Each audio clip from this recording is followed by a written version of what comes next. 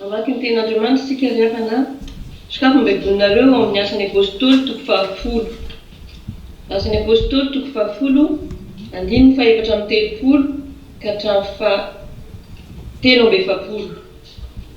Asan'ny apôstôly toko 10 andininy faefatra amin'ny telopolo ka hatramin'ny telo amby efapolo. Dia fahita dia vakitsika amin'ny anaran'i Jesosy.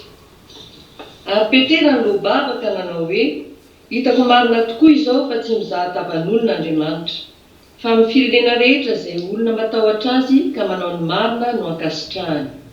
Ianareo mahalala ny teny izay nampitondrainy ho amin'ny zanak'Israely, mitoro teny soa milaza fiadanana amin'ny alalan'i Jesosy Kristy, izy no tompon'izao rehetra izao.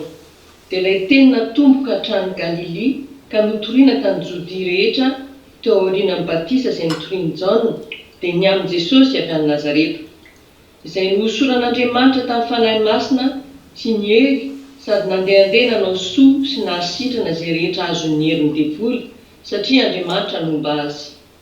Ary izahay ny vavoniben'ny zavatra rehetra izay nataony tany amin'ny tanin'ny Jiosy sy tany Jerosalema. Izy dia novonoiny na antony teo amin'ny hazo, nefa natsangan'Andriamanitra kosa izy tamin'ny andro fahatelo ka nasehony marimarina. Tsy tamin'ny olona rehetra, fa tamin'ny vavonibenona izay nitendren'Andriamanitra rahateo, dia taminay izay niara-nihinana sy nisotro taminy rehefa nitsangana tamin'ny maty izy.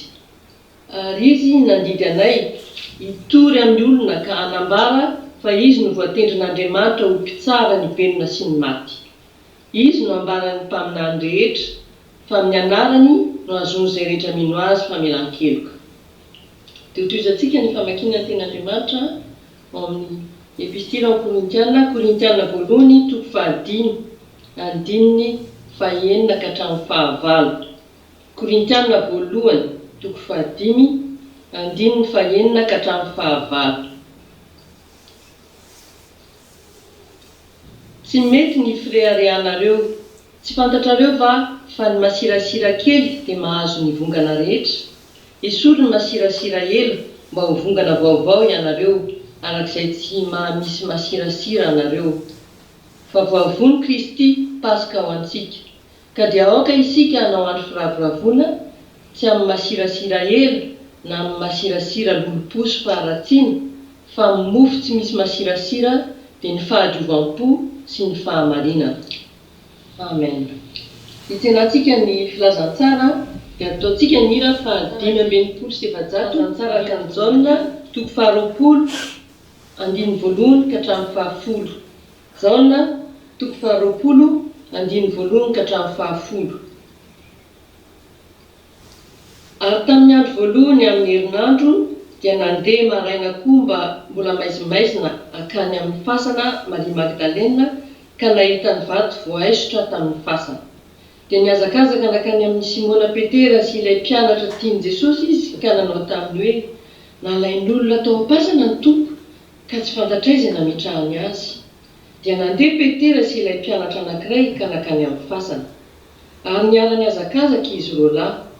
Ary ilay mpianatra anankiray niazakazaka mihoatra amin'ny Petera ka tonga taloha tao amin'ny fasana. Ary noho niontroka nitsirika izy dia nahita ny lamba-paty nipetraka teo, nefa tsy niditra tao izy. Ary avokoa Simona Petera nanaraka azy, dia niditra tao am-pasana ka nijery ny lamba-paty nipetraka teo. Ary ny mosara izay nafeny lohany tsy mba nipetraka teo amin'ny lamba-paty, fa voavarina mitokana. Ary tamin'izay dia niditra koa ilay mpianatra anankiray izay tonga taloha teo amin'ny fasana ary nahita ka nino. Fa tsy mbola fantany ny soratra masina fa tsy maintsy hitsangana amin'ny maty Jesosy. Dia lasa indray ny mpianatra niody tany aminy. Amen. Ray masino manamatsinana ny fahamarinana, fantenao fahamarinana. Ankehitriny ary havana efa vaovelan'eloka isika dia hiara-nonina ny fanekepona kristiana izay iraisantsika ampino Chers frères et sœurs bien-aimés dans le Seigneur, la Pâque chrétienne est la célébration annuelle de la résurrection de Jésus par tous les chrétiens du monde entier. Mais toujours est-il que nous la célébrons aussi chaque semaine, le lendemain du juif. Nous appelons aussi le jour dominical, c'est-à-dire le premier jour de la semaine. C'est le verset 1 de Jean 20. Cela. Pourquoi? Car c'est la base même de notre foi. La résurrection de Jésus se présente comme la pièce maîtresse du christianisme, sans laquelle c'est toute une religion qui s'effondre. Nous venons de citer le fameux symbole des apôtres, appelé aussi la confession de foi, que nous partageons avec tous les frères et sœurs en Christ de la planète. Et vers la fin, nous avons bien dit, je crois à la résurrection de la chair. Bien sûr que nous pouvons affirmer cela haut et fort, car Jésus-Christ en était les prémices, ou encore le premier-né d'entre les morts. Selon Colossiens 1, verset 18. Mais dans 1 Corinthiens 15, verset 16, nous lisons ce que Paul a dit. Car si les morts ne ressuscitaient pas, Christ non plus n'est pas ressuscité. Autrement dit, la résurrection de la chair aura bien lieu, car cela a bien commencé avec celle du Seigneur Jésus. Les 4 évangiles sont formels en nous rapportant à quelques détails près le récit de la résurrection de Jésus. Ce qu'il leur est de commun dans leur rapport, frères et sœurs, c'est bien le tombeau vide. Si la science influence beaucoup de gens de nos jours pour rester perplexes devant la réalité de la résurrection, cela ne date malheureusement pas d'aujourd'hui. De l'entourage du Seigneur Jésus, un certain Thomas affirmait haut ce que l'ensemble des disciples pensaient bas. Il disait ceci au verset 25 de Jean 20. Si je ne vois pas dans ses mains la marque des clous, si je ne mets pas mon doigt à la place des clous, et si je ne mets pas ma main dans son côté, je ne croirai point. Les autres disciples n'avaient pas dit des choses pareilles. Pourtant, Jésus savait bien qu'ils avaient tous du mal à croire. Voilà pourquoi, lors de sa première apparition, en l'absence de Thomas, bien entendu, il leur montra ses mains et son côté. C'est Jean 20, verset 20. D'ailleurs, selon Luc, quand Marie-Madeleine et compagnie, les tout premiers témoins de la résurrection de Jésus, sont venus leur annoncer la chose, voici ce qui est écrit dans Luc 24, verset 11. Mais ces paroles leur apparurent comme une niaiserie, et ils ne crurent point ces femmes. En d'autres termes, personne n'a pris au sérieux ce qu'elles ont dit, car pour eux, si ce n'est pas une boutade, voire une plaisanterie, c'est tout simplement une hallucination collective. En outre, selon la culture de l'époque, le témoignage d'une femme n'a pas beaucoup de valeur, et j'y suis pour rien. Mais la vraie raison de leur réserve était plutôt cette idée selon laquelle c'est la mort qui est la fin en soi. Et même s'ils étaient convaincus que résurrection il y aura, ce n'est surtout pas le 3e jour, mais à la fin des temps.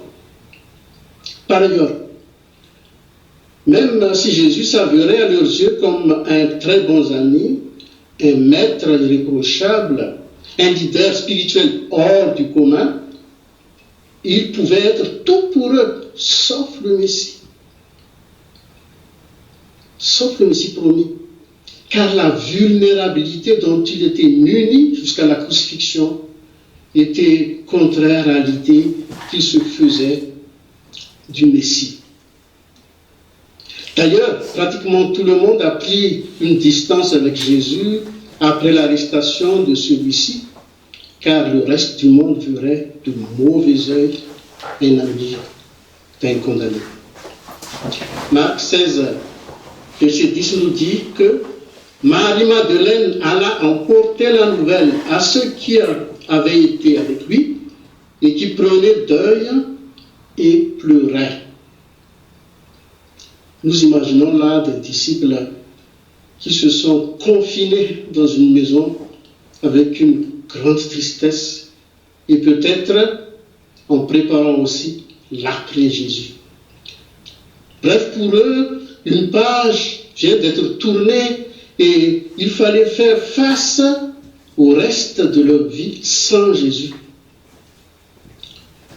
Si nous faisons un bref parcours du livre des Actes, nous allons vite réaliser que la doctrine de la résurrection des morts était la bête noire de toutes les couches sociales, religieuses et intellectuelles.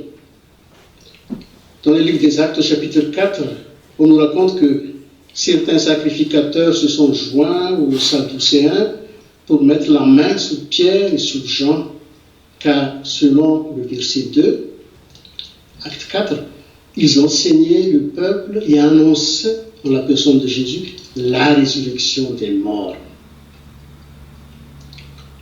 Et dans la capitale grecque, Athènes, quand l'apôtre Paul a fait un discours en annonçant la résurrection des morts en Jésus, en présence de certains philosophes, nous voyons ça dans Actes 17, 32, qui nous dit « Lorsqu'ils entendirent parler de résurrection des morts, les uns se moquèrent et les autres dirent « Nous t'attendrons là-dessus une autre fois. » Chers frères et sœurs, un écrivain du nom de Bertrand Russell, un de nos contemporains, disait que l'homme est un animal religieux et en l'absence de raison valable de croire, il se satisfait des mauvaises. Et j'ai l'impression qu'aujourd'hui, beaucoup croient en tout, sauf à la résurrection. Et cette tendance, malheureusement, contamine même certaines personnes de la grande famille chrétienne. Je vous rappelle que croire en Dieu implique qu'on admet qu'il est à l'origine de notre existence, c'est-à-dire qu'il nous a créés à partir de rien. Je vous signale que les scientifiques affirment aussi qu'il n'y avait rien avant ce qu'ils appellent le Big Bang. Et si on pouvait admettre que du néant a apparu quelque chose, œuvre du Créateur, je ne vois pas comment ne peut pas-on croire à la résurrection.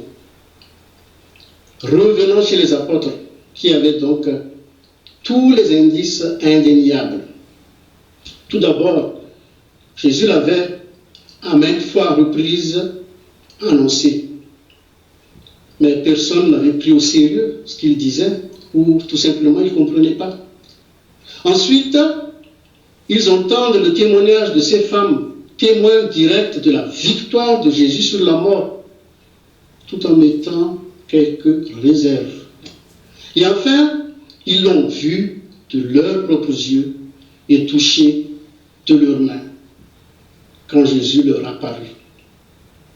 Et c'est le Jésus ressuscité qui est monté au ciel devant les mêmes apôtres bouche bée, en leur laissant ces dernières recommandations. Nous voyons cela dans Actes chapitre 1. Frères et sœurs, c'est la Bible qui nous rapporte tout cela avec beaucoup de soin. Et ce que le Seigneur Jésus nous demande aujourd'hui, c'est d'admettre que tout ce que la Bible dit est vrai. C'est à nous donc de nous associer à ces apôtres qui avaient dit haut et fort, le Seigneur est réellement ressuscité. Certains commentateurs osent admettre que Jésus n'était pas mort lorsqu'on le décrochait de la croix. Lisons Jean chapitre 19, versets 32 à 34. Les soldats vinrent donc et brisèrent les jambes du premier, puis de l'autre qui avait été crucifié avec lui. Arrivés à Jésus et le voyant déjà mort, ils ne lui brisèrent pas les jambes. Mais un des soldats lui perça le côté avec une lance, et il sortit de l'eau, et du sang. Le geste de ce soldat vérifie la mort de Jésus qui était confirmée non seulement par l'absence de réaction de la part du défunt, mais aussi par la séparation de l'eau et du sang qui ne peut arriver que quand on a affaire à une mort certaine. Supposons que Jésus n'était pas mort, mais qu'il s'est juste réveillé après le sabbat dans le tombeau, au point d'apparaître dans divers endroits. Sommes-nous prêts à croire que les traces de la crucifixion sont seulement les plaies vite cicatrisées des mains, des pieds et de son côté? N'oublions pas qu'il a été flagellé à plusieurs reprises, au point même d'être incapable de porter sa croix. Et une fois sur la croix, il perd toutes ses capacités physiques, il se déshydrate, il perd aussi beaucoup de sang.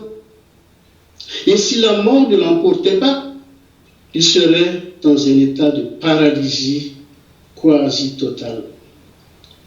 Croyez-vous qu'il serait capable de partager un chemin de près de 12 kilomètres avec un certain Cléopas et notre disciple vers Emmaüs? Nous voyons cela dans Luc 24. Pour écarter toute idée de résurrection, les principaux sacrificateurs, les anciens, proposèrent aux soldats de garde de dire ceci à Pilate. Matthieu 28, verset 13. Ses disciples sont venus de nuit le dérober pendant que nous dormions. Vous vous rendez compte? Ils prennent les disciples comme des idiots qui n'ont aucun respect du corps de leur maître. C'est un argument qui ne tient pas debout. Et en suivre le récit de Jean, le vol du corps de Jésus ne peut être envisageable, car le linceul et les bandelettes étaient bel et bien là, sans le corps. Jean 20, verset 7. Le linge qu'on avait mis sur la tête de Jésus, non pas avec les bandelettes, mais roulé à une place à part. Bref, les voleurs n'auraient pas pris le soin de se débarrasser des bandelettes avant de disparaître avec le corps. D'autant plus qu'il y a une garde romaine de plusieurs soldats dehors, même endormis. Chers frères et sœurs dans le Seigneur, Pierre et Jean crurent aussitôt en voyant les bandelettes affaissées, comme si le corps de Jésus a traversé celle-ci pour revenir à la vie. De nos jours, je me permets de vous mettre en garde contre ce qu'on appelle la doctrine de la réincarnation, une pensée qui envahit le monde aujourd'hui, y compris, malheureusement, certains milieux chrétiens. C'est la doctrine selon laquelle notre corps n'est qu'une enveloppe et le nous, qui est donc l'âme, n'est que ce qui est à l'intérieur. Ce qui fait que lorsqu'une âme a une vie de souffrance présentement, elle a la chance d'avoir une meilleure existence dans une vie postérieure quand elle sera dans un autre corps, on ne sait pas lequel. La Bible n'enseigne pas du tout ce genre de choses. J'ai entendu hier une femme chrétienne qui disait « Mon corps n'est pas une enveloppe, mon corps c'est moi-même, une partie de moi. Et à la résurrection, mon corps rejoint mon âme pour la nouvelle Jérusalem. » Frères et sœurs, elle a raison. C'est l'enseignement biblique. Frères et sœurs bien-aimés, si le cri de Jésus sur la croix, mon Dieu, pourquoi m'as-tu abandonné, est resté sans réponse à première vue, c'est la résurrection de Jésus qui le compense. Philippiens 2, verset 9 dit ceci. C'est pourquoi aussi Dieu l'a souverainement élevé et lui a donné le nom qui est au-dessus de tous les noms, afin qu'au nom de Jésus, tout genou fléchisse dans les cieux, sur la terre et sous la terre. Dans les cieux, car les anges étaient toujours mobilisés depuis sa naissance, dans ses souffrances, à la résurrection et même à son ascension auprès du Père.